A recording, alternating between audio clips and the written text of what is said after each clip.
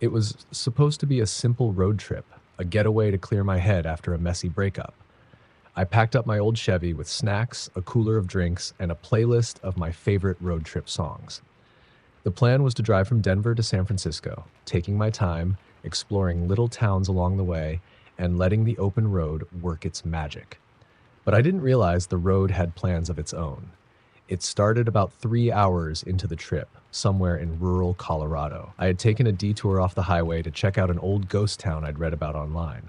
The place was eerily beautiful, boarded up saloons, creaky wooden walkways, and the kind of silence that makes you feel like you've stepped out of time.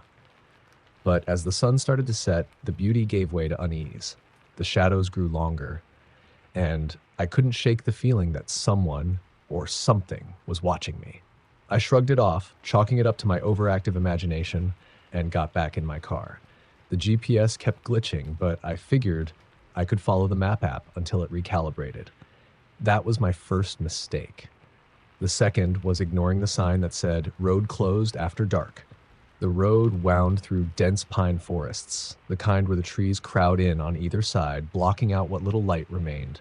My headlights barely cut through the darkness. I noticed the air felt heavy, like a thunderstorm was about to break, but the sky was clear.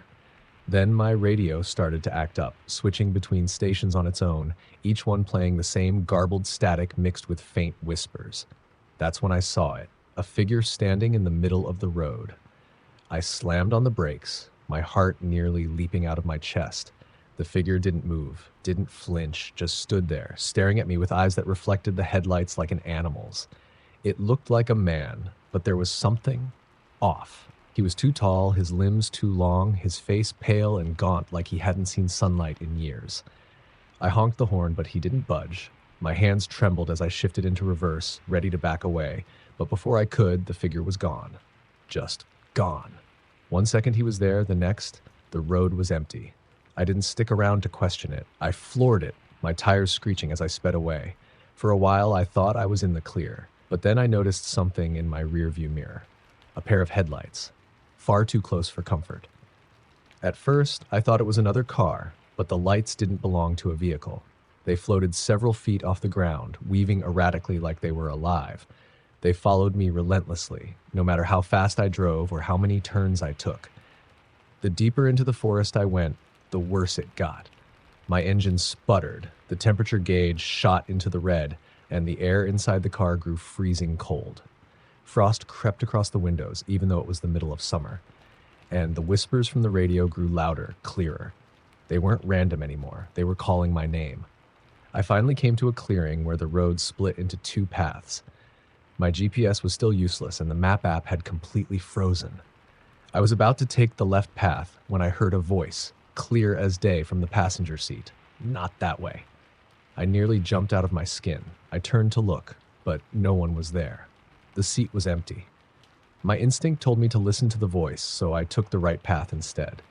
The headlights behind me disappeared, but my relief was short-lived.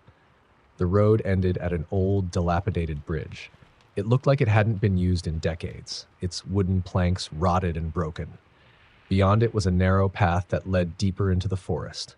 I had no choice but to get out and continue on foot. My phone was dead, my car wouldn't start, and the only sound was the crunch of my boots on the gravel. As I crossed the bridge, I heard faint footsteps behind me, perfectly in sync with my own. I stopped. They stopped. I started walking again, and so did they. Only this time, they were closer. I turned around, and there he was, the figure from the road, standing at the edge of the bridge. But now I could see him clearly, and I wished I couldn't. His face was a grotesque mask of decay, skin peeling away to reveal bone, his mouth twisted into a sinister grin. He raised a hand and pointed at me, and I felt a wave of icy dread wash over me. I ran as fast as I could, my lungs burning, my legs screaming for relief, but I didn't dare stop. The path led to an old cabin, its windows glowing faintly with a sickly green light. I didn't want to go inside, but the alternative was facing whatever was out there in the woods. The door creaked open on its own as I approached, and I stepped into a room that felt impossibly large, like it extended far beyond the walls of the cabin. The air was thick with the smell of decay, and the green light came from dozens of lanterns hanging from the ceiling, each one containing what looked like a trapped, writhing shadow. In the center of the room was a table, and on it was a map, the same map I'd been using earlier. Only now, it was marked with a blood-red X over the ghost town I had visited. Before I could process what I was seeing, the door slammed shut and the whispers returned, louder than ever. They were all around me, coming from the lanterns, the walls, even the floor beneath my feet. Then the voice from the car spoke again, but this time it was right in my ear. Leave. Now. I didn't need to be told twice. I bolted out the door, back into the forest, and ran until I couldn't run anymore. Somehow I found my way back to the road, and there was my car, sitting in perfect condition, engine running, headlights on. I didn't question it. I jumped in and drove like my life depended on it. I don't know how I made it out of that forest, but I did. When I reached the next town, I checked into a motel and locked myself in. I didn't sleep that night or the next, and I haven't taken a road trip since. I looked up the ghost town later, and what I found still haunts me. Dozens of people have gone missing in that area over the years, their cars found abandoned, their belongings left untouched. Locals say the forest is cursed, that once you enter, it doesn't let you leave. I'm not sure what I believe anymore, but I know one thing for certain. Whatever I encountered out there wasn't human. Story number 2. The night was darker than I'd ever seen. No moon, no stars, just an oppressive blackness that seemed to swallow everything. I was driving through the back roads of West Virginia, heading home from visiting an old college friend. The GPS claimed it was a shortcut, but it felt more like a bad joke. The road was narrow and twisting, lined with trees so thick they blocked out even the faintest glow of the sky. I was alone, or so I thought. It started as a flicker in my peripheral vision, a shadow darting between the trees just outside the reach of my headlights. At first, I thought it was an animal, a deer, maybe, or a raccoon. But then it happened again, and this time it moved too fast, too deliberately. I tightened my grip on the wheel, my palms slick with sweat. The road stretched on endlessly, the same claustrophobic forest on either side. I tried turning on the radio, but all I got was static. My phone had no signal, and my fuel gauge was hovering dangerously close to empty. I should have stopped at that gas station back in town, but I had thought, I'll be fine. How wrong I was. I drove on, trying to ignore the unease building in my chest. Then I saw it, a figure standing on the side of the road. It was tall, impossibly so, its silhouette barely distinguishable from the trees behind it. My headlights should have illuminated it fully, but somehow they didn't. It was as though the figure absorbed the light, remaining a dark void against the backdrop of the night. My first instinct was to keep driving, but something about the figure held me in place. Its head turned slowly, too slowly, to face me. Even from a distance, I could feel its gaze, cold, heavy, and full of malice. My breath hitched, and I slammed on the gas, speeding past it. But as I glanced in my rearview mirror, my stomach dropped. The figure was no longer on the side of the road. It was standing in the middle of it, directly behind my car, as if it had teleported there. I told myself I was imagining things. I told myself I was just tired, that I needed to focus on the road. But the rationalizations fell apart when the figure appeared again, this time in front of me. I swerved to avoid it, tires screeching as I narrowly avoided hitting a tree. My car skidded to a halt, and for a moment, everything was silent except for the sound of my own ragged breathing. I didn't see the figure anymore, but the air felt wrong, thick and oppressive, like I was being suffocated by an invisible weight. Then the sound started, a low, guttural growl coming from somewhere in the forest. It was followed by a chorus of whispers, faint at first but growing louder, overlapping until they became an incomprehensible cacophony. My hands trembled as I restarted the car, desperate to get out of there. As I drove, the whispers followed. They seemed to come from everywhere, inside the car, outside in the trees, even from the radio, which I had turned off minutes ago. My headlights flickered, and the growling grew closer, more feral. And then I saw it again. The figure. This time, it was on all fours, crawling like an animal. Its limbs were unnaturally long, bending at impossible angles. It moved with a sickening fluidity, keeping pace with my car no matter how fast I went. My heart pounded as I tried to shake it, but no matter how many turns I took, no matter how far I drove, it was always there, lurking just at the edge of the light. I finally came to a small clearing where the road widened. In the center of the clearing was an old, rusted sign. It read, "Welcome to Crooked Hollow, population 0. Before I could process what I was seeing, my car sputtered and died. The engine refused to turn over, and the temperature inside the vehicle plummeted. My breath came out in visible puffs, and frost began to creep across the windshield. The whispers stopped. The silence was worse. It was the kind of silence that pressed against your ears, making them ring. My instincts screamed at me to stay in the car, to lock the doors and wait until morning, but I knew deep down that wasn't an option. Something was out there, something that wouldn't let me go. I grabbed the flashlight from the glove compartment and stepped out, the gravel crunching beneath my boots, unnaturally loud in the stillness. The beam of light barely pierced the darkness, and I felt exposed, vulnerable. The trees loomed like skeletal sentinels, their branches clawing at the sky. The road ahead was shrouded in mist, but I thought I saw a faint glow in the distance. A lantern, perhaps? Or the light of a nearby house. I moved toward it, my footsteps echoing unnaturally. As I walked, I heard them again, the whispers. They seemed to come from the trees themselves, their trunks splitting open into grotesque, mouth-like shapes. The words were incomprehensible, but the tone was clear, mocking, taunting, full of malice. The light grew brighter, and I saw it wasn't a lantern. It was a bonfire burning in the middle of the road. Around it stood a circle of figures, their faces obscured by shadow. They didn't move, didn't speak, just stood there, staring at me with eyes that glowed like embers. I froze, unsure whether to approach or run. One of the figures stepped forward, its movements jerky, unnatural. It raised a hand and pointed at me, and I felt a wave of nausea wash over me. The whispers turned into screams. Loud, ear-piercing screams that seemed to come from inside my own head. I clutched my ears and fell to my knees, the flashlight tumbling from my hand. When I looked up, the bonfire and the figures were gone. The road was empty, the forest silent once more. My car sat just a few feet away, its engine idling as if it had never stalled. I stumbled back to it, too shaken to question the sudden turn of events. As I drove away, I couldn't shake the feeling that I was being watched, that the road itself was alive, its twisted turns and endless trees a trap designed to keep me there forever. When I finally reached the highway, the relief was so overwhelming I nearly cried. I didn't stop until I reached the safety of my apartment, locking the door behind me and collapsing onto the floor. The next morning, I checked the map to see where I had gone wrong. But Crooked Hollow wasn't listed. There was no record of it online, no mention of a ghost town or a shortcut through the forest. It was as though the place didn't exist. But I know it does. I can still hear the whispers in my dreams. Story number 3. It was late October, and my friends and I were heading to a music festival a few states over. The trip was supposed to be fun. Just a group of 4 college buddies crammed into a beat-up van, blasting music and laughing at dumb jokes. We didn't know that our detour through the forgotten backroads of Kentucky would turn into something straight out of a nightmare. The trouble started when we decided to take a shortcut. Our GPS suggested a winding back road that shaved an hour off the trip. It was already getting dark, and none of us were thrilled about driving through the night, so the shortcut sounded perfect. Big mistake. The road quickly narrowed, surrounded by towering trees that seemed to close in on us. There were no street lights, no other cars, just the van's high beams cutting through the thick, soupy darkness. The air felt heavy, like it was pressing down on us, and even though we tried to laugh it off, there was a tension none of us could ignore.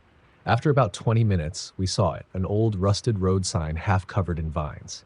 It read, "Welcome to Eve's Hollow." None of us had ever heard of the place. It wasn't on the map, and the GPS didn't mention it, but the road kept leading us deeper into what felt like another world. The deeper we went, the more the forest seemed to change. The trees looked warped, their branches like skeletal fingers clawing at the sky. Then the van's radio cut out. Just static. Even when we turned it off, the faint hissing persisted. No one said anything for a while. The mood had shifted. It felt like the trees were listening, like the road itself was alive. We came to an old wooden bridge that looked like it hadn't been used in decades. The boards were warped and splintered, and a rusted metal sign next to it read, "One vehicle at a time." There was no turning back. The road was too narrow, so we had no choice but to cross. The van creaked and groaned as we made our way over, and halfway across, we heard it. A faint sound, like a child laughing. "Did you hear that?" Jamie, our driver, asked, his knuckles white on the steering wheel. "Probably just the wind," Sarah said, though her voice lacked conviction. The laugh came again, closer this time. It wasn't happy laughter. It was slow, deliberate, and unsettling. Jamie hit the gas and the van lurched forward. As we reached the other side, something darted across the road too fast for us to see clearly. Jamie swerved, and the van skidded to a halt. "What the hell was that?" Kyle shouted from the back seat. "I don't know," Jamie said, his voice trembling. "A deer? Maybe?" But it didn't feel like a deer. Whatever it was too big, too wrong. We sat there in silence for a moment, the van idling. Then Sarah pointed out the window. "Guys, look." On the edge of the road, just barely visible in the headlights, was a small figure. It looked like a child, but something was off. Its head was tilted at an unnatural angle, and its clothes were tattered, hanging off its thin frame like rags.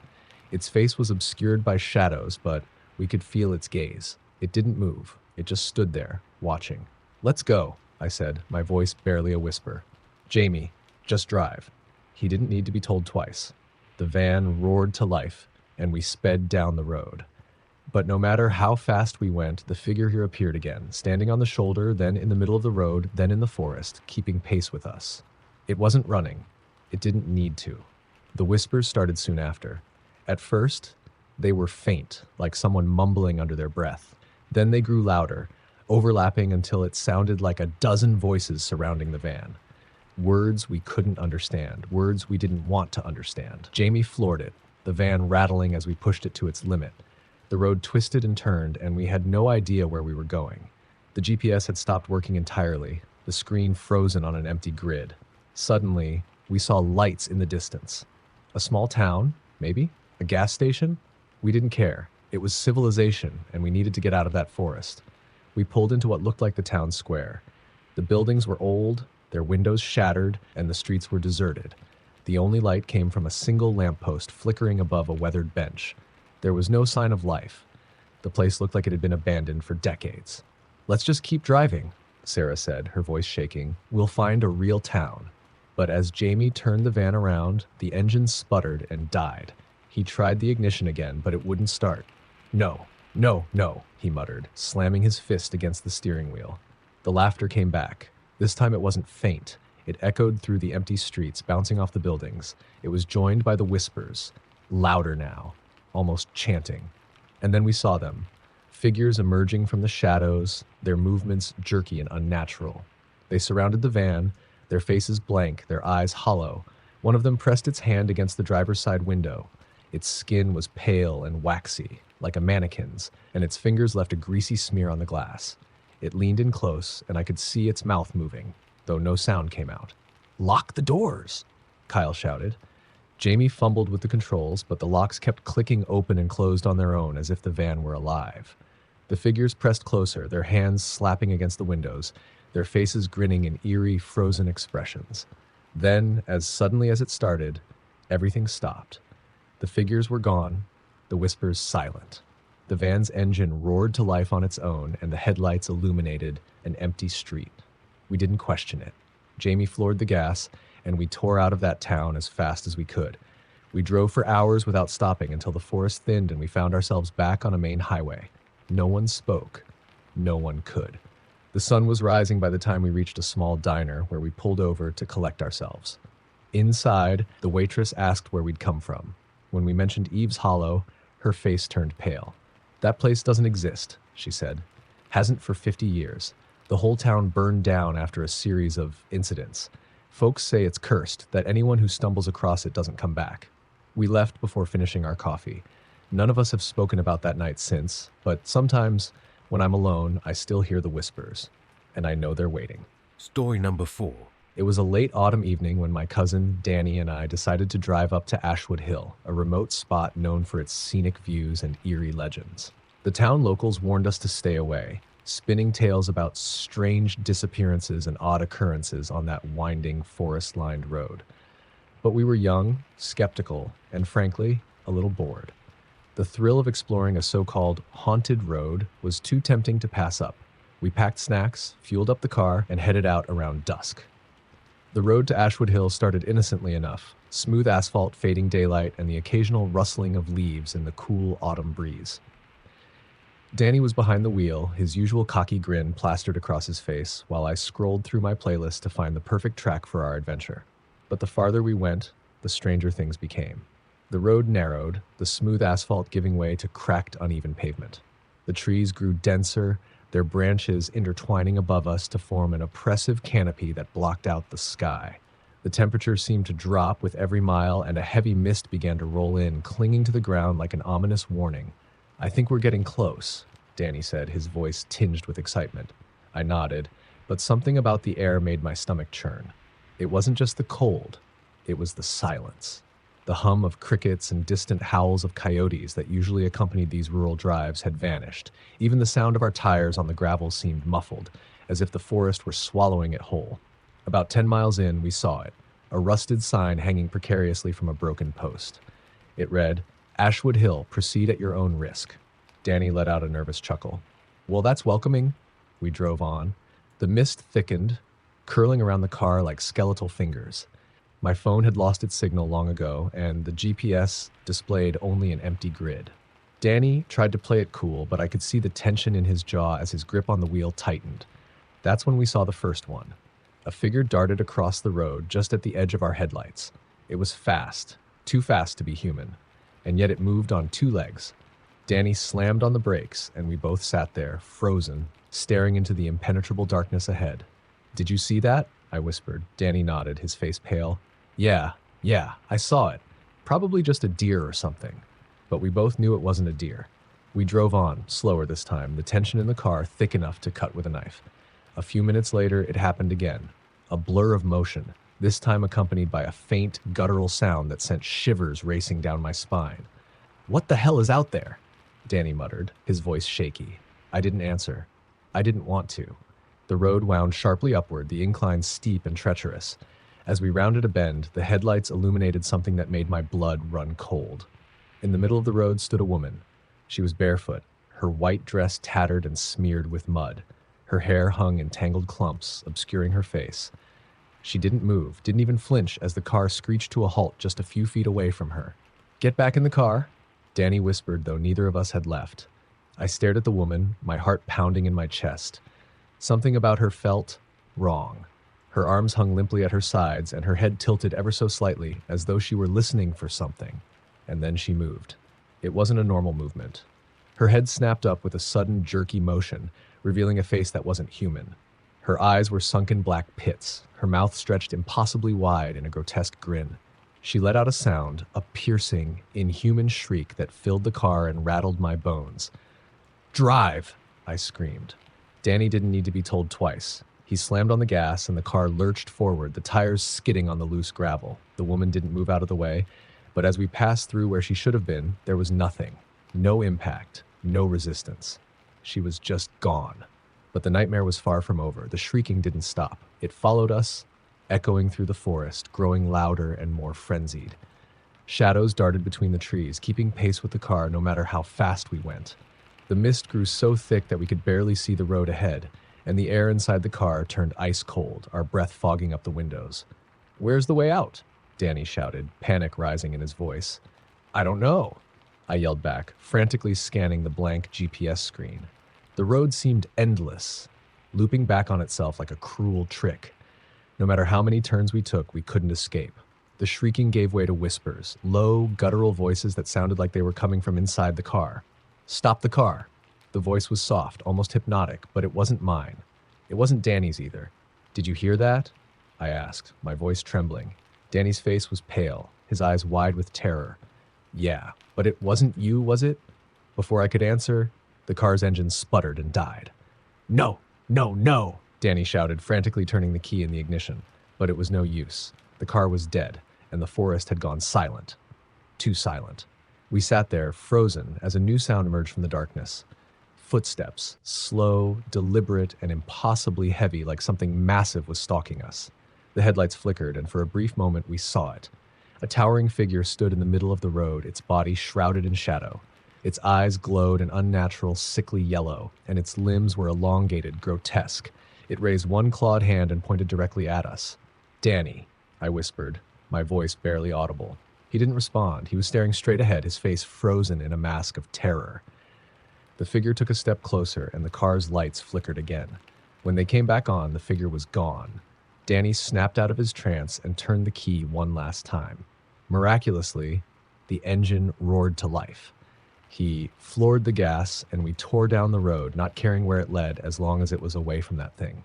After what felt like hours, the trees began to thin and the mist lifted. We found ourselves back on the main highway, the nightmare behind us. Or so we thought. As we pulled into a gas station to catch our breath, I glanced at the car's rearview mirror. For just a split second, I saw her, the woman in the tattered dress, standing in the shadows at the edge of the forest, her black eyes watching us. We never spoke about that night again. But sometimes late at night, I hear the whispers, and I know she's still out there. Story number 5. It started as a routine road trip, just me and my girlfriend, Emily, driving across the Nevada desert on our way to California. The route was desolate, miles of cracked asphalt stretching into an endless horizon of sand and scrubby bushes. The kind of place where the world feels empty, like you're the last two people on Earth. We had planned to stop in a small town called Blackridge for gas and snacks before continuing, but as the sun began to dip below the horizon, we realized we hadn't seen any signs for Blackridge in over an hour. Our GPS was acting up, glitching between a blank grid and nonsensical routes. Emily tried to pull up directions on her phone, but there was no signal. "Looks like we're flying blind," she said with a nervous laugh. We drove in silence for another 30 minutes before spotting something in the distance. A small, flickering neon light. As we got closer, we saw that it was an old gas station. The sign above the pumps read "Wayfarer's Rest" in faded letters, and the whole place looked like it hadn't seen a customer in years. "Weird," Emily said, "but at least we can fill up." I pulled up to the pump, but as soon as I got out, I felt it. A strange, oppressive stillness. There was no sound, no wind, no hum of insects. Just silence. The kind that makes your skin crawl. Emily stayed in the car while I went inside to pay. The air inside the station smelled stale, like mildew and dust. Behind the counter stood a man who looked as ancient as the building itself, his face gaunt and hollow-eyed. "Pump 3, I said, sliding a 20 across the counter. The man didn't respond right away. He just stared at me with those sunken eyes, his lips barely moving as he muttered, "You shouldn't be out here after dark." I forced a laugh. "Yeah, well, we're trying to get to Blackridge. Can you tell us how far it is?" His gaze shifted to the window, where the last rays of sunlight were fading fast. "There ain't no Blackridge no more," he said. "Hasn't been for years." Before I could press him, he slid the 20 back to me. "Keep your money. Just fill your tank and go." Uneasy, I nodded and hurried back to the car. Emily rolled down her window. "What's wrong?" "Nothing," I lied. "Let's just get moving." I filled the tank, and as I replaced the nozzle, I noticed something odd. The horizon, which had been empty moments before, now had a faint, glowing outline of a town in the distance. It didn't make sense. It hadn't been there before. "Look," I said, pointing it out to Emily. "That has to be Blackridge." She squinted. Weird, but maybe the haze was hiding it earlier. We got back in the car and started driving toward the lights. As we got closer, the town took shape. It was small, just a few streets lined with old buildings that looked abandoned. But the strange thing was, there were lights in the windows, warm, inviting glows that seemed out of place in such a dead town. "This feels off," Emily said, gripping my arm. "It's probably just an old town people forgot about," I said, trying to reassure her. But even I didn't believe it. We parked on what looked like the main street, and I noticed something peculiar. Every clock we saw on storefronts in windows was frozen at exactly 8:13. Emily tugged on my sleeve. "Let's grab snacks and go. This place gives me the creeps." The first store we found was a diner. The neon sign buzzed faintly, spelling out "Eats." Inside, the place was eerily pristine, like it had been frozen in time. Plates of food sat untouched on the tables, and a jukebox in the corner played a hauntingly slow version of an old rock song. "Hello?" Emily called out, her voice echoing. No response. We turned to leave, but then the bell above the door jingled. A waitress appeared behind the counter, and smiling like she'd been there all along. Her uniform was spotless, her red lipstick perfectly applied. "Evening," she said in a syrupy voice. "What can I get you folks?" Emily and I exchanged uneasy glances. "We were just looking for directions," I said, "to get back to the highway." The waitress's smile didn't waver. "You'll want to stay for a bite first. It's not safe to leave town after dark." That phrase again. Not safe after dark. Emily grabbed my arm. "We should go." "Suit yourselves," the waitress said, her smile never faltering. But as we turned to leave, she added, "Mind the shadows." The air outside felt colder, and the lights in the town seemed dimmer than before. We hurried back to the car, but as we drove, the road we came in on wasn't there anymore. Every turn brought us back to the same stretch of town. The glowing lights in the windows now seemed less inviting and more sinister. "We're stuck," Emily said, panic rising in her voice. "No, we're not," I said, though my own fear was mounting. As we passed by the diner again, the waitress was standing in the window, her smile twisted into something far more menacing. The clock still read 8:13, and then the shadows came. At first, they were faint, just wisps of darkness moving unnaturally against the glow of the streetlights. But soon they grew bolder, stretching across the road, creeping toward the car. "Drive!" Emily screamed. I floored the gas, but the shadows seemed alive, slithering toward us faster than I thought possible. They surrounded the car, blotting out the light, and the temperature inside dropped to freezing. The engine sputtered, the headlights flickered, and for a moment I thought we'd be swallowed whole. Then, just as suddenly as they appeared, the shadows receded and the car roared back to life. We found ourselves on an empty stretch of highway, no town in sight. We drove in silence for hours, neither of us daring to speak until we reached a rest stop at dawn. When I went to fill up the tank, I noticed something chilling. The pump clicked off, though it had barely taken a gallon. It was already full. Neither of us could explain what happened that night, and we never tried to go back. But sometimes, when I'm driving at night, I catch glimpses of shadows in my rearview mirror, and I know Blackridge hasn't forgotten us. Story number 6. It was supposed to be a relaxing weekend getaway, just me, my two friends, Nate and Sarah, and the open road. We'd planned a camping trip in the backwoods of Appalachia, far from the stress of work and city life. The drive was long, winding, and quiet, the kind of road where cell service is a distant memory and the air smells of damp earth. We were about 2 hours from our destination when Sarah spotted something peculiar ahead. "What's that?" she asked, leaning forward in the back seat. I squinted through the windshield. There was a figure standing on the side of the road, barely illuminated by the fading daylight. As we got closer, I saw it was a man, tall, gaunt, and dressed in an old-fashioned suit that looked like something out of the 1920s. He didn't move, didn't even flinch as we passed him. "Creepy," Nate muttered from the passenger seat. "Probably a hitchhiker," I said, though even I didn't believe it. The man's hollow stare and unnaturally stiff posture had sent chills down my spine.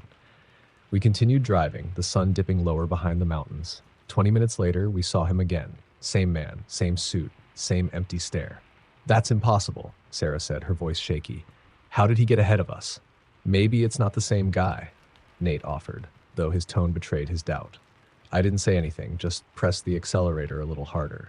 The road twisted and turned through dense forests, the tall trees creating a tunnel that blocked out what little light remained.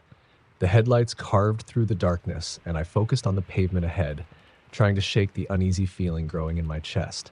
But then we saw him again. This time, he was standing directly in the middle of the road. I slammed on the brakes, the tires screeching as we skidded to a stop just feet from where he stood.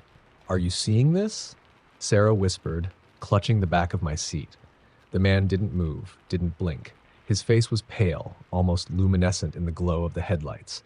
His eyes were dark pits, hollow and lifeless, and his lips were curled into a slight, unnatural smile. "Get out of the way," Nate yelled, rolling down his window. The man didn't respond. "I'm going around him," I said, my voice tight. Slowly, I steered the car onto the shoulder, the tires crunching over gravel and debris. As we passed him, I kept my eyes forward, refusing to look directly at him. But Sarah let out a choked gasp. "He's staring at us," she said. "He's turning his head." I glanced in the rearview mirror, and sure enough, the man was now facing the car, his head tilted at an unnatural angle. "We need to get out of here," Nate said, his voice low. I didn't argue. We drove in tense silence, the forest pressing in on us from all sides. Every shadow seemed to move. Every rustle of leaves sounded like footsteps. And then the car's dashboard flickered. "What the hell?" I muttered, tapping the gas gauge, which had suddenly dropped to empty. "We just filled up," Sarah said, panic creeping into her voice. The engine sputtered, and the car slowed to a crawl before dying completely. I coasted to the side of the road, my hands shaking as I gripped the wheel. "This can't be happening," I said. "Maybe it's just a mechanical issue," Nate said, though he didn't sound convinced. We sat there for a moment, the only sound the soft creaking of the cooling engine. Then came the knock. It was soft at first, like someone tapping on the rear window. "What was that?" Sarah whispered, her voice barely audible. We all turned, peering into the darkness. The windows were fogged from our breath, and for a moment we saw nothing. But then, in the faint reflection of the rear window, we saw him. The man in the suit was standing just a few feet behind the car, his face impossibly close to the glass. His smile had widened, revealing sharp, jagged teeth. "Drive!" Sarah screamed. "I can't!" I yelled back, frantically turning the key in the ignition. The engine sputtered but refused to start. The man began circling the car, his footsteps slow and deliberate. He dragged one hand along the windows, the screeching sound sending chills down my spine. "What does he want?" Nate shouted. "I don't know," I snapped, my voice cracking. Suddenly, the knocking stopped. The man was gone. We sat there, frozen, the silence even more unnerving than the noise. "Do you think he's—" Nate started, but then something slammed against the roof of the car, making us all scream. The man's face appeared in the windshield, upside down, his black eyes boring into mine. He opened his mouth and a guttural, inhuman sound filled the air, vibrating through the car. I don't remember how I managed to start the engine, but I did. The car roared to life, and I floored the gas, the tires spinning before gaining traction. We sped down the road, the man disappearing from view. For a brief moment, I thought we were safe. But then the headlights illuminated something ahead. Dozens of figures standing in the road. All of them wore old-fashioned clothing, their faces pale and lifeless, their eyes hollow. "What do we do?" Sarah screamed. "There's no other way," I said, my voice shaking. I gripped the wheel and drove straight toward them, expecting to hit flesh, and bone. But as we passed through the crowd, there was nothing. No impact, no resistance. The figures dissolved into mist, and when I looked in the rearview mirror, they were gone. We didn't stop driving until we reached the nearest town, an old mining village about 20 miles away. The car made it just far enough to pull into a gas station before dying completely. Inside, the clerk looked up as we stumbled in, pale and shaken. "Let me guess," he said, his voice grim. "You came from Raven Road." "Raven Road?" I asked. He nodded. "Locals know to stay off it after dark. A lot of folks disappear out there, or worse. They say the spirits of the dead wander that stretch looking for new souls to join them. We never went back to that road, but sometimes, when I'm driving at night, I catch glimpses of figures standing at the edges of my headlights, watching, waiting." Story number 7. It was supposed to be an ordinary road trip. Me, my best friend Jake, and his little brother Luke, heading down to visit their grandparents in a small Arkansas town. The drive was long, mostly endless highways and empty farmland, but the weather was clear and the mood was light. We had the music blasting, snacks scattered across the dashboard, and no real reason to rush. Everything was fine until we decided to take a shortcut. Jake had insisted on it. "This route will save us at least an hour," he said, pointing at a thin gray line on the map. "Looks deserted," I said, skeptical. "Exactly." Jake grinned. "No traffic." Luke, sitting quietly in the back, muttered, "I don't like it." But Jake was already turning onto the narrow road. At first, it was just a typical back road, potholes, overgrown trees leaning in from either side. But as the sun began to set, the surroundings became off. The trees were taller, their branches twisted unnaturally. Shadows stretched across the road like skeletal hands. "Creepy," Jake said, laughing nervously. "Yeah," I agreed, gripping the wheel tighter. Luke suddenly sat up straight. "Do you guys hear that?" We all fell silent. At first, I thought it was just the hum of the tires on the cracked asphalt, but then I heard it, a faint rhythmic tapping like something knocking against the car. "Probably just a branch," Jake said, though his voice lacked confidence.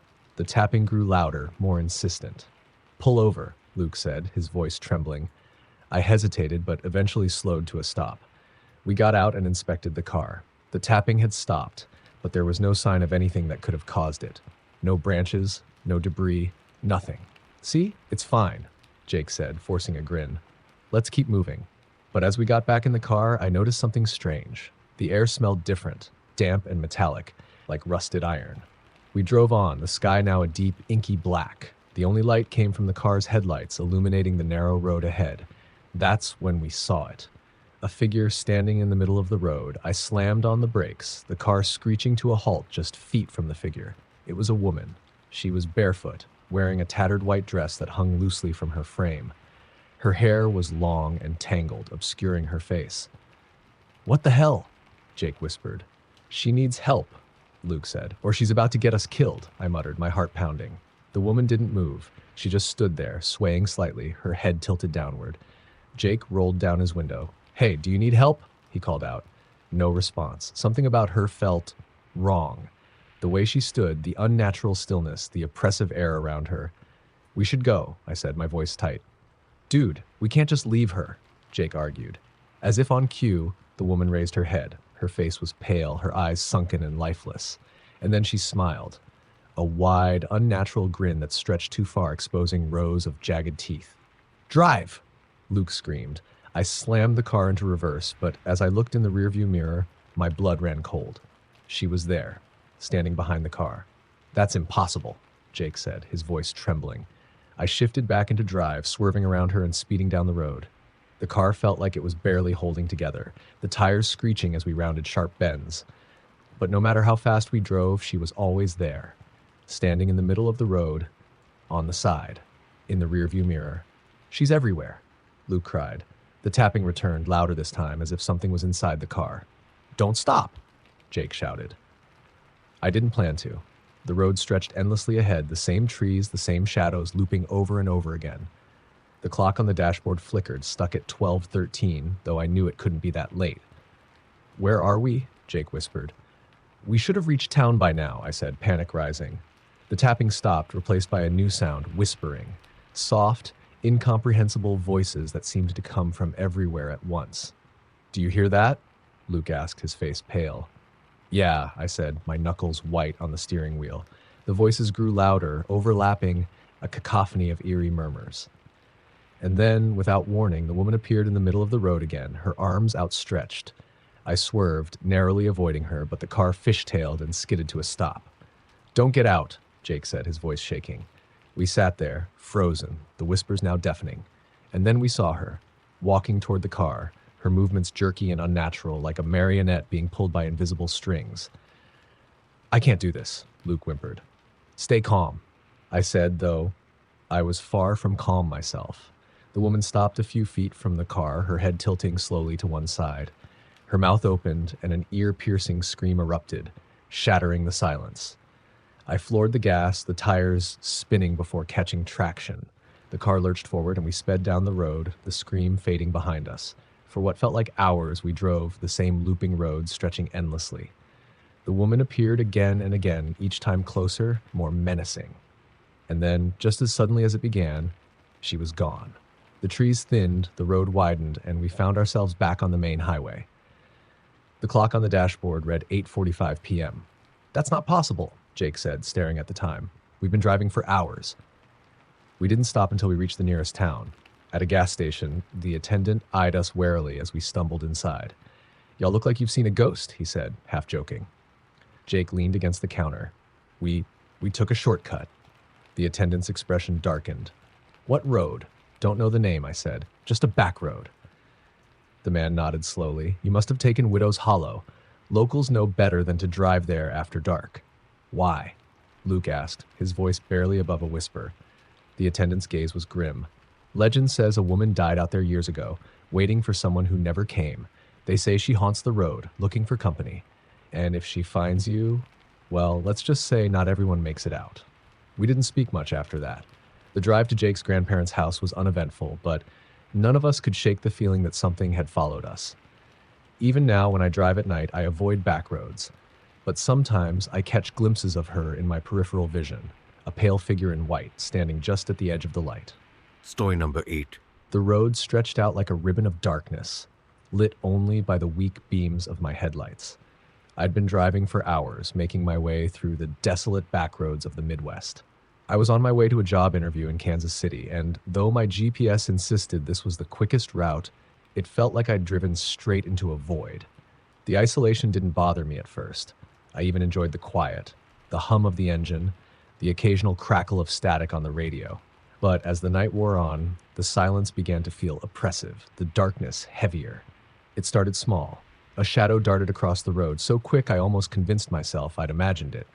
Then came the faint sound of something scraping against the side of the car. I rolled down the window, leaned out, and looked back, but there was nothing there. I laughed it off. Just nerves, I told myself. It was late, I was tired, and my imagination was getting the best of me. But then I saw it, a figure standing at the edge of the road. At first, I thought it was a hitchhiker, But as my headlights swept over them, I realized something was wrong. The figure was too tall, their limbs too long. Their face was pale and featureless, as though someone had wiped it clean. I slammed on the brakes, heart hammering. When I looked again, they were gone. I sat there for a moment, gripping the steering wheel, debating whether to turn back, but there was nowhere to turn around, and the thought of stopping any longer made my skin crawl. I pressed on, telling myself it was just a trick of the light. That's when the radio cut out. The static was replaced by a high-pitched whine that made my ears ring. I fiddled with the dial, but nothing changed. The sound grew louder, more grating, until I couldn't take it anymore and shut the radio off. The silence was worse. The road narrowed, flanked by tall, skeletal trees. Their branches reached over the road like gnarled fingers, casting shifting shadows. I tried to focus on the pavement ahead, but my eyes kept darting to the edges of the headlights' glow, half expecting to see that figure again. I didn't have to wait long. This time, they were standing in the middle of the road, their head tilted as though studying me. I swerved, narrowly avoiding them, and the car skidded onto the shoulder. Gravel crunched beneath the tires as I fought to regain control. When I looked in the rearview mirror, the road was empty. "Get a grip," I muttered, though my voice shook. I floored the gas, desperate to put as much distance between me and whatever that was. The car's engine roared, the speedometer climbing, but the road seemed endless, stretching on and on with no signs, no turns, no indication that I was getting anywhere. And then the car stalled. The engine sputtered, the lights flickered, and the car coasted to a stop. I sat there stunned, turning the key over and over, but the engine refused to start. The air felt thick, suffocating. The trees seemed closer now, their shadows longer, darker. I reached for my phone, but there was no signal. "Great," I muttered. I considered staying in the car, but something about the silence made my skin crawl. I grabbed a flashlight from the glove box and stepped out, the cool night air biting at my skin. The road was eerily quiet, the only sound the crunch of gravel beneath my boots. I popped the hood, hoping it was something simple, but I wasn't exactly a mechanic. As I fiddled with the engine, I became aware of another sound, a faint rhythmic tapping, like footsteps on asphalt. I froze, my breath catching in my throat. The tapping grew louder, closer. Slowly I turned, the flashlight shaking in my hand. The beam of light fell on the figure. They were closer now, their blank face turned toward me, that same unnatural tilt of the head. "Who are you?" I demanded, my voice barely above a whisper. They didn't respond. They just stood there, motionless. I backed away, my heart pounding. "Stay back!" The figure took a step forward. I dropped the flashlight and bolted for the car, slamming the door behind me and locking it. My hands trembled as I tried the key again, and to my relief, the engine roared to life. I didn't look back as I sped down the road, the tires squealing on the pavement. The tapping sound returned, louder this time, as though something or someone was running alongside the car. I pressed harder on the gas, but no matter how fast I went, the tapping kept pace. And then I saw them. Not one figure, but dozens. They lined the road, their pale, faceless heads turning in unison as I passed. My knuckles were white on the steering wheel, my breath coming in short gasps. I didn't know where I was going, only that I couldn't stop. The road twisted and turned, the figures appearing and disappearing like phantoms. I couldn't escape them. They were everywhere. Their blank faces burned into my vision. Finally, I saw it, a flicker of light in the distance. A gas station. I skidded to a stop in the gravel lot, nearly slamming into the pump. The fluorescent lights above buzzed faintly, casting an eerie glow. I stumbled inside, my chest heaving. The attendant, a middle-aged man with a tired expression, looked up from his magazine. "Rough night?" he asked. "You could say that," I said, my voice shaking. He nodded, as though he'd heard it all before. "Where are you coming from?" "Some back road," I said, my voice barely above a whisper. The man's expression darkened. "Let me guess. No signs, no turns, just trees and darkness?" I stared at him, my blood running cold. "Yeah. How did you know?" He sighed, setting the magazine down. "That road's not on any map. Locals call it the Hollow Path. No one knows where it leads, but folks who take it, well, let's just say you're lucky you made it here." I didn't respond, my mind racing. The man handed me a cup of coffee. "Best to stick to the highways from now on." I nodded, but even now I can't shake the feeling that I didn't leave that road behind. Sometimes when I'm driving at night, I catch a glimpse of something in the rearview mirror, a pale, faceless figure standing just at the edge of the light. Story number 9. It was a quiet November evening when my cousin Mia and I decided to take the long route home from our weekend getaway in rural Pennsylvania. We were trying to stretch the trip out just a little longer, enjoying the peaceful vibe of the countryside. But as the sun dipped below the horizon and darkness swallowed the road, that peaceful vibe turned into something far more sinister. The road was one of those winding, two-lane paths with no streetlights, just endless blackness ahead and behind. Our only company was the forest pressing in from both sides, its twisted trees leaning over the asphalt like they were trying to snatch us. "Do you think we're lost?" Mia asked, peering nervously out the passenger window. I glanced at the GPS. The signal had cut out half an hour ago, and now the screen was just a blank map with a blinking dot. "I don't know," I admitted, "but we'll hit something eventually. A town, a gas station, anything." Mia nodded, but her fingers were fidgeting with the edge of her jacket. She wasn't buying it, and truthfully, neither was I. The first strange thing we noticed was the car behind us. It came out of nowhere, its headlights appearing in my rearview mirror like twin eyes in the darkness. "Where did that come from?" Mia asked. "I don't know," I said, squinting at the mirror. The car didn't try to pass us, it just stayed behind, maintaining a steady distance. At first, I chalked it up to coincidence, but after 15 minutes of this, I started to get uneasy. "Maybe they're lost too," Mia suggested. "Maybe," I said, though I didn't believe it. I pressed on the gas, putting more distance between us and the car, but it sped up too, matching my pace. "This is weird," Mia muttered. "Weird doesn't even cover it," I said, gripping the wheel tighter. The road curved sharply, and as we rounded the bend, the car's headlights disappeared. "Finally," Mia said with a sigh of relief, but just as quickly as they'd vanished, they reappeared, this time ahead of us. "What the hell?" I slammed on the brakes, skidding to a stop in the middle of the road. The car was just sitting there, its headlights glaring like a predator's gaze. "What do we do?" Mia whispered, her voice trembling. I didn't answer. My mind was racing, my pulse pounding in my ears.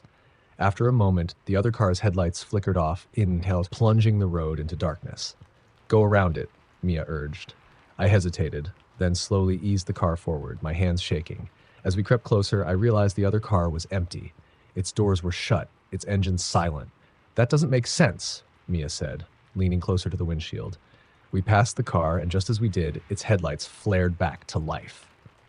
"Drive!" Mia screamed. I didn't need to be told twice. I floored the gas, the engine roaring as we tore down the road. The car behind us was back, its headlights so close they nearly blinded me. "This can't be happening," I muttered. The road seemed endless, the trees blurring into a dark wall on either side. The other car's lights were so bright I couldn't see anything else, not even the edge of the road. And then, just as suddenly as it had appeared, the car was gone. I glanced in the rearview mirror, but there was nothing there. No headlights, no car, just empty blackness. "Did we lose it?" Mia asked, her voice barely audible. "I don't know," I said. We drove in silence for a while, the tension so thick it felt like the air itself was pressing down on us. I tried to shake off the fear, to convince myself it was all just some bizarre coincidence. But then we saw the woman. She was standing at the edge of the road, her back to us, her long black hair hanging in tangled strands.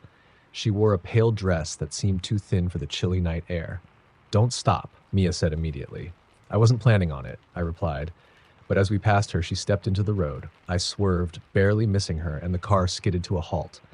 "Mia, did you see—" "Don't look back," she interrupted, her voice sharp. "Why?" "Just don't."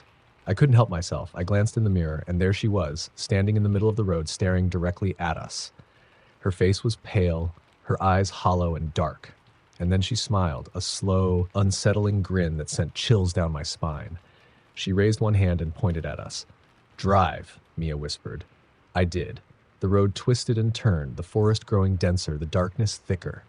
No matter how far we drove, the woman was always there, sometimes ahead of us, sometimes in the rearview mirror, sometimes standing just off the road, her hollow eyes watching. "We have to get off this road," Mia said, her voice cracking. "I'm trying," I said, panic rising in my chest.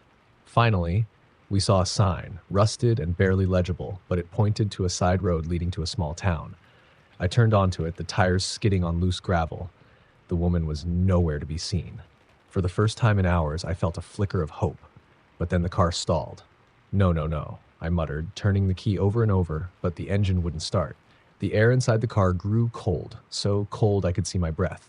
Mia grabbed my arm, her nails digging into my skin. She's here, she whispered. I turned slowly, dreading what I'd see.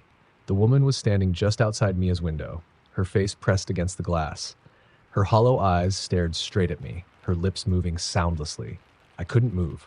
I couldn't breathe. And then she was gone. The car roared back to life on its own, the engine revving like it was possessed. I slammed my foot on the gas, the car lurching forward. We didn't stop until we reached the lights of a gas station at the edge of town. The attendant looked up as we stumbled inside, pale and shaking. "Y'all look like you've seen a ghost," he said with a chuckle. We didn't laugh. Instead, we asked him about the road, about the woman. His smile faded. "You're lucky you made it out," he said. "Not everyone does." We never took that route again. But sometimes, late at night, I dream of her, standing in the middle of the road, her hollow eyes watching, her grin stretching impossibly wide, and every time I wake up, I swear I hear tapping on my window.